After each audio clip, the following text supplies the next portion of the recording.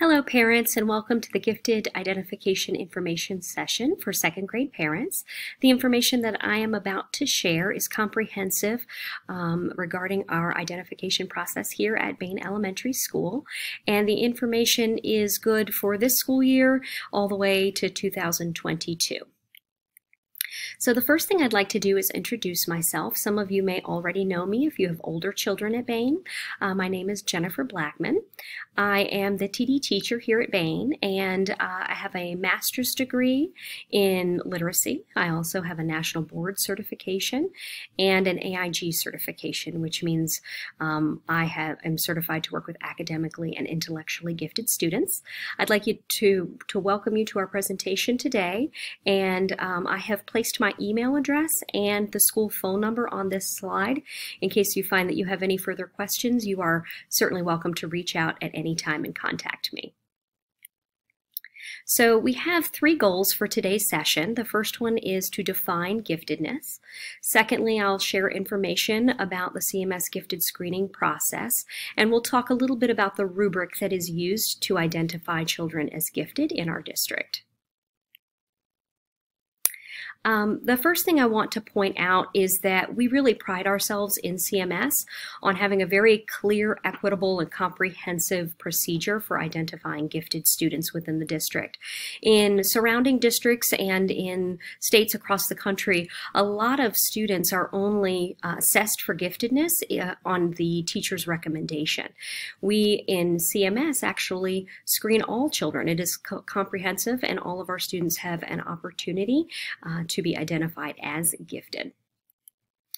Our state definition of giftedness is on this slide, and it essentially talks about how AIG students perform or show the potential to perform at substantially high levels of accomplishment. Oftentimes, these students excel in intellectual areas and also specific academic fields, or both, and they require a differentiated education plan that goes beyond what the regular education program provides. So these students span across all cultural groups, economic strata, and we really, again, pride ourselves on finding them through a comprehensive universal screening process. So we're going to go ahead and get into the nuts and bolts of the screening process. This first slide just talks about how we assess students both formally and informally, because we believe that that is best practice. It is comprehensive, and there are multiple pathways to being identified as a gifted student in our district. This little helpful flow chart takes you through the process, which actually begins in first grade with something called the Gifted Rating Scale. They then move on to second grade, where in the fall they take the COGAT, or Cognitive Abilities Test.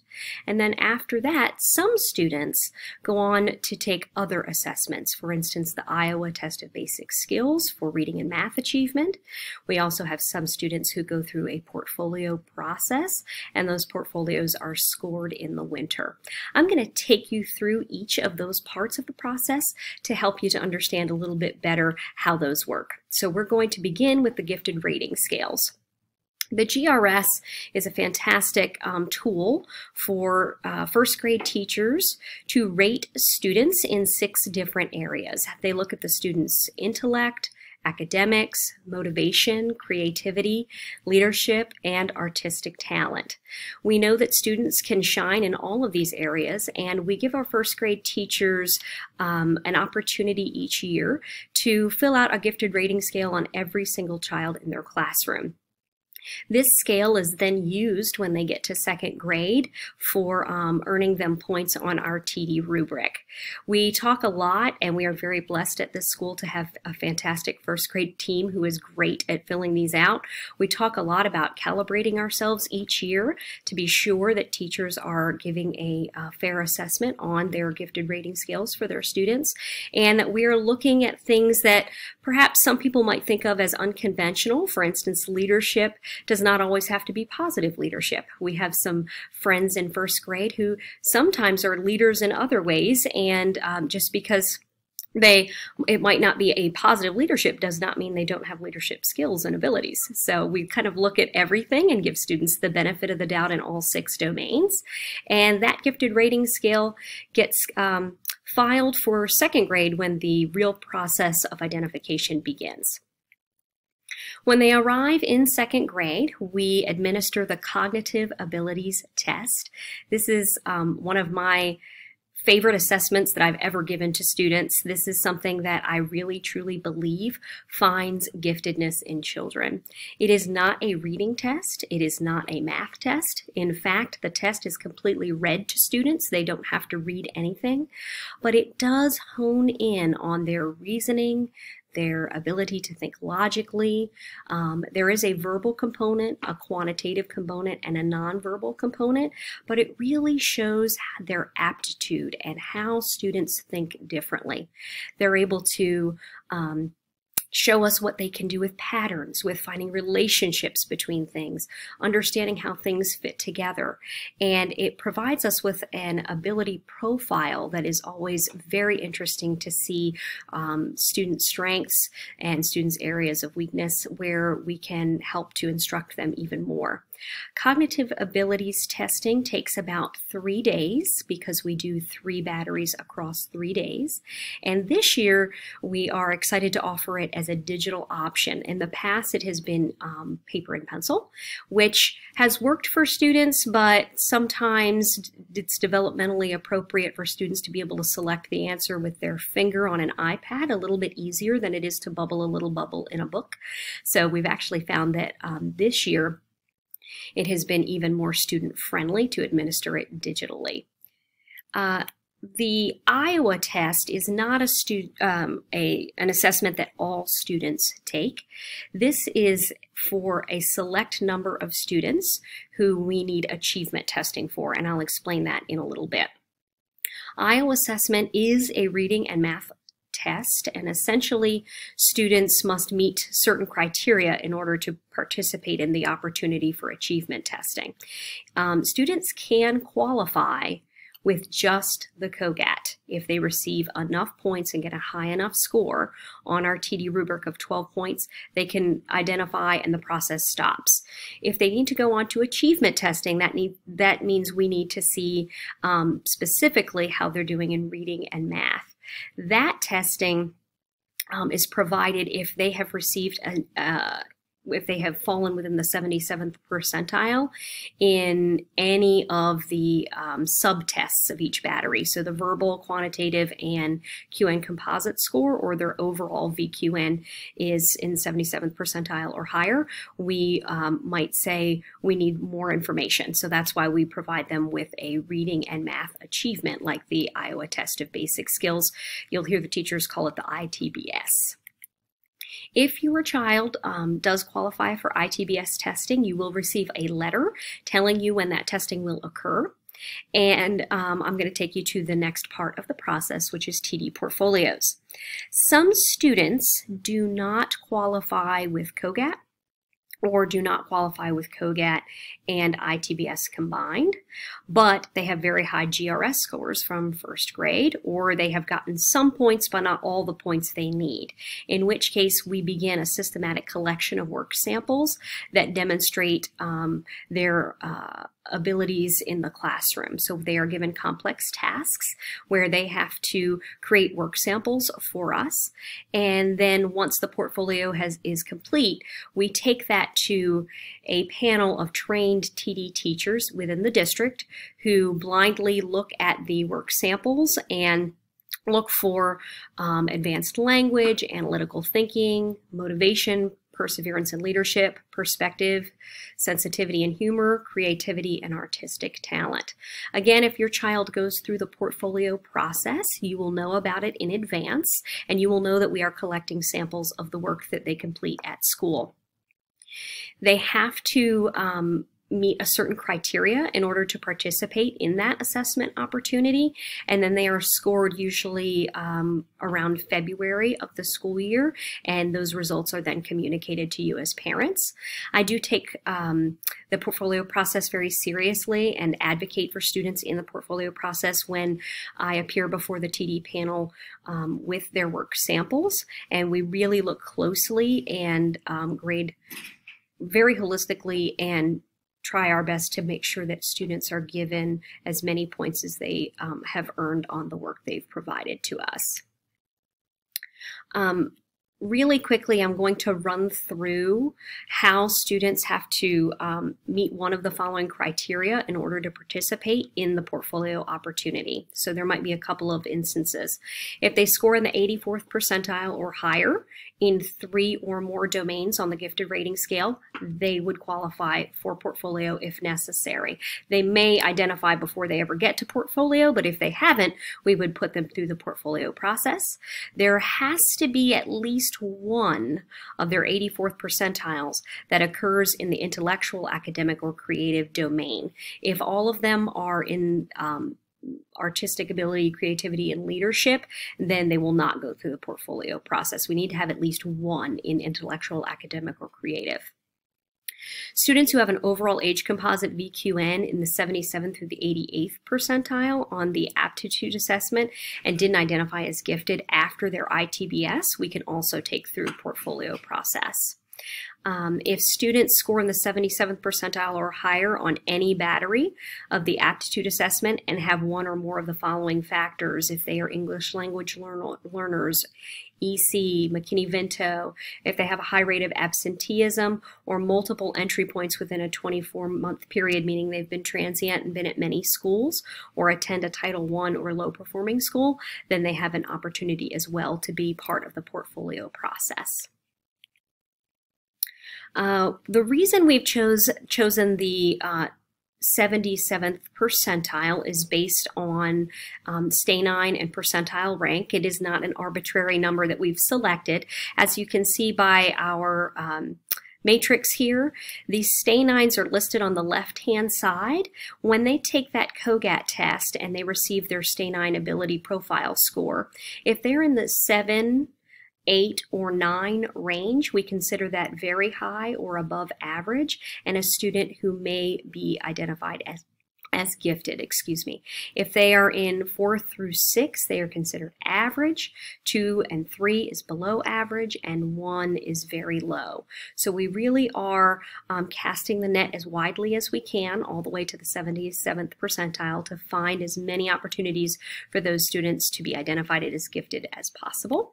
I will say, in my experience as a TD teacher, students who perform in that 9th STAY9 on the COGAT really will knock your socks off with how insightful they are, even through 5th grade, well after the assessment process is over for those students.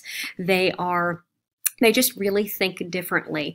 I tell folks sometimes when I talk about really gifted students, I think about Sheldon Cooper from The Big Bang Theory. And we're talking about students who are in terms of their aptitude, are able to see things that their age peers may not be able to see. So moving on, we'll go ahead to the GRS gifted classifications. The T-score we're not worrying about too much this year. You don't need to know anything about that. We look at a cumulative percentage, and we're looking at students with an 84 or higher. 84 to 97 on the GRS is a high probability of giftedness. 98th percentile and higher is a very high probability of giftedness. So again, we're looking at their 1st grade gifted rating scores as one measurement tool for giftedness.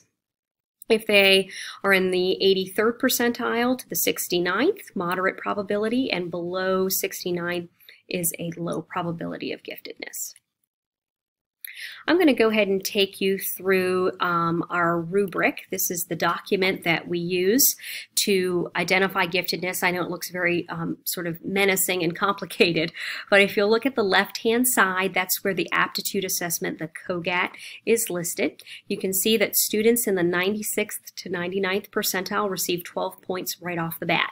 If those students score in that range, they are identified gifted in both reading and math right away, and the process stops.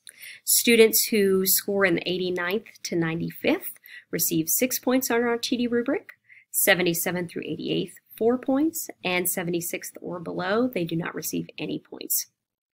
Next to that, in the next column over, is achievement assessment. That's where we take our Iowa test of basic skills.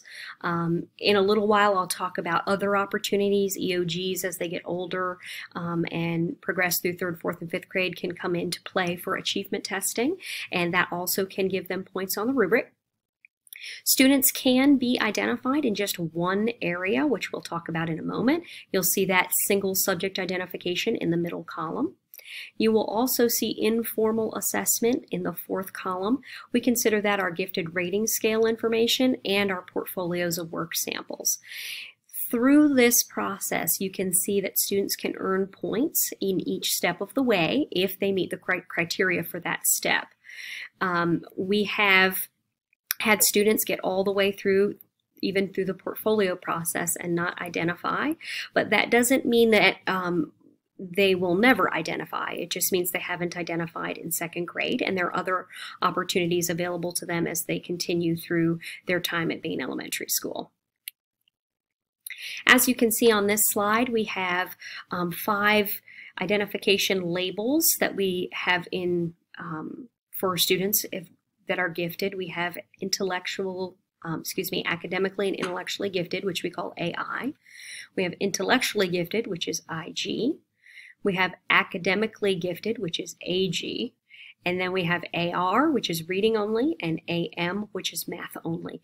We have quite a few students who may be gifted in one area, but not both. That is not uncommon at all, and we want to make sure that we're differentiating their education in the areas that they need it. Moving forward, we're going to talk about some student scenarios just so that we can apply some of this learning to actual children. This is student scenario number 1. As you can see, their COGAT percentiles are listed. Verbal 96th percentile, quantitative 99, nonverbal 95th. Their QN, which is their quantitative and nonverbal together, is 99, and their VQN, which is a comprehensive percentile score that includes their verbal, quantitative, and nonverbal batteries, is a 98th. This student also has GRS percentiles listed at 80, 78, 84, 76, 85, and 75. In this particular student scenario, this student identifies as academically and intellectually gifted with an overall VQN composite of 98th percentile. When that happens, no further testing is required. That student has earned 12 points on the rubric, and the process is complete. In scenario 2, you can see COGAT percentiles are listed there. GRS percentiles are below. If we look at the results against the TD rubric that we use, this student would qualify to go on to the next step of the process. So they would be participating in the Iowa test of basic skills for reading and math, and they can potentially identify, assuming that they earn points on the rubric, that would get them to 12. So we would take that second battery of testing and include that in the rubric. Their Iowa percentiles, we're just imagining for a moment that they take the Iowa and the reading is an 89 and the math is a 75. In this case, the student has earned 5 points with verbal aptitude percentile and reading achievement percentile. They are very close, but have not actually scored the 6 points they need for single subject identification. As I mentioned earlier, there are students who only identify in one area or the other, and we need 6 points on the single subject side in order for that to happen. So this child got close, but not quite. That again does not mean that they will never be identified as gifted. It just means the process stops in 2nd grade. It can resume later on in their schooling here at Bain. Student scenario 3, we have COGAT percentiles ranging from 40 in verbal to a 68 in nonverbal, and GRS percentiles are listed below. Okay. This student qualifies for a portfolio opportunity based on their GRS percentiles. I'll go back one slide so that you can see those again: 85, 88, 84, 70, 67, and 84. Because they have 3 or more that are 84th and higher, and they also occur in those first 3 domains, we certainly would move them onto the portfolio process. Once they go through the portfolio process, then we would see if they've earned enough points on the rubric to identify. In student scenario 4, I have COGAT percentiles. Verbal is strong at 91. Quantitative and nonverbal are both holding at 88, which is in the certainly within the range of earning points on the rubric, and their GRS percentiles are listed below. This student would qualify again for achievement testing on the ITBS to see their reading and math achievement scores. Assuming that they had taken it and reading was 99 and math was 95, you can already see that there's a correlation between their verbal aptitude and their reading achievement. So because of that, they have identified as academically and intellectually gifted because they've earned 13 points. They only need 12 on the rubric, so they, because of both aptitude and achievement, qualify.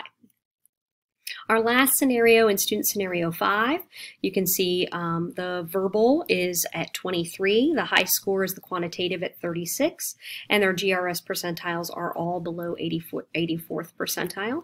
In that case, the screening process stops. Student does not identify as gifted. Hopefully, taking you through those 5 scenarios gives you a little bit of a better idea of how we apply the information that we have to make the determination of giftedness. There are opportunities beyond 2nd grade, but we wait for 24 months to pass before we assess them again. We know that a lot can happen in 24 months, including EOG scores, and sometimes students will just need a little bit more time for maturity reasons or other reasons that may come into play to really demonstrate their giftedness.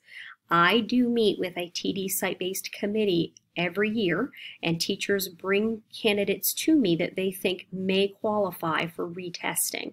Students who are retested can take the COGAT again and can take an ITBS in some cases. The screening window for 3rd through 5th retesting typically occurs in winter. I also will fold students into that testing who are perhaps new to our district and have not had testing before. We will screen them as well. And this is just another way to ensure that we are grabbing those kids that are really performing at a high level. I know it's been a lot of information, and it is some of that rubric information is especially daunting to look at. If you have further questions, do not hesitate to reach out. Again, you can reach me at the school phone number 980-343-6915, or you can also email me Jennifer Blackman at cmsk12nc.us. If you have any further questions, I'm happy to answer them for you. As we finish up for today, I'd like to thank you for your attention. I would also like you to click on the link sent by the classroom teacher who sent you this video. There is a Google form link. If you would please just sign that link, log in with your email address, click that you have been able to view the video, and give me your name and your child's name. That will be a great way for me to make sure that I have a record of how many parents have been able to get this information. I hope it has made the screening process a little bit easier to understand. I know it is very confusing and complicated.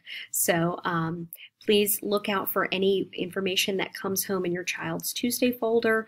They may bring home letters from me with scoring information, with future testing information, just so that you can kind of keep up to speed. You can also certainly rewatch this video at any point if you need to, if you need further clarification on any of that comes home.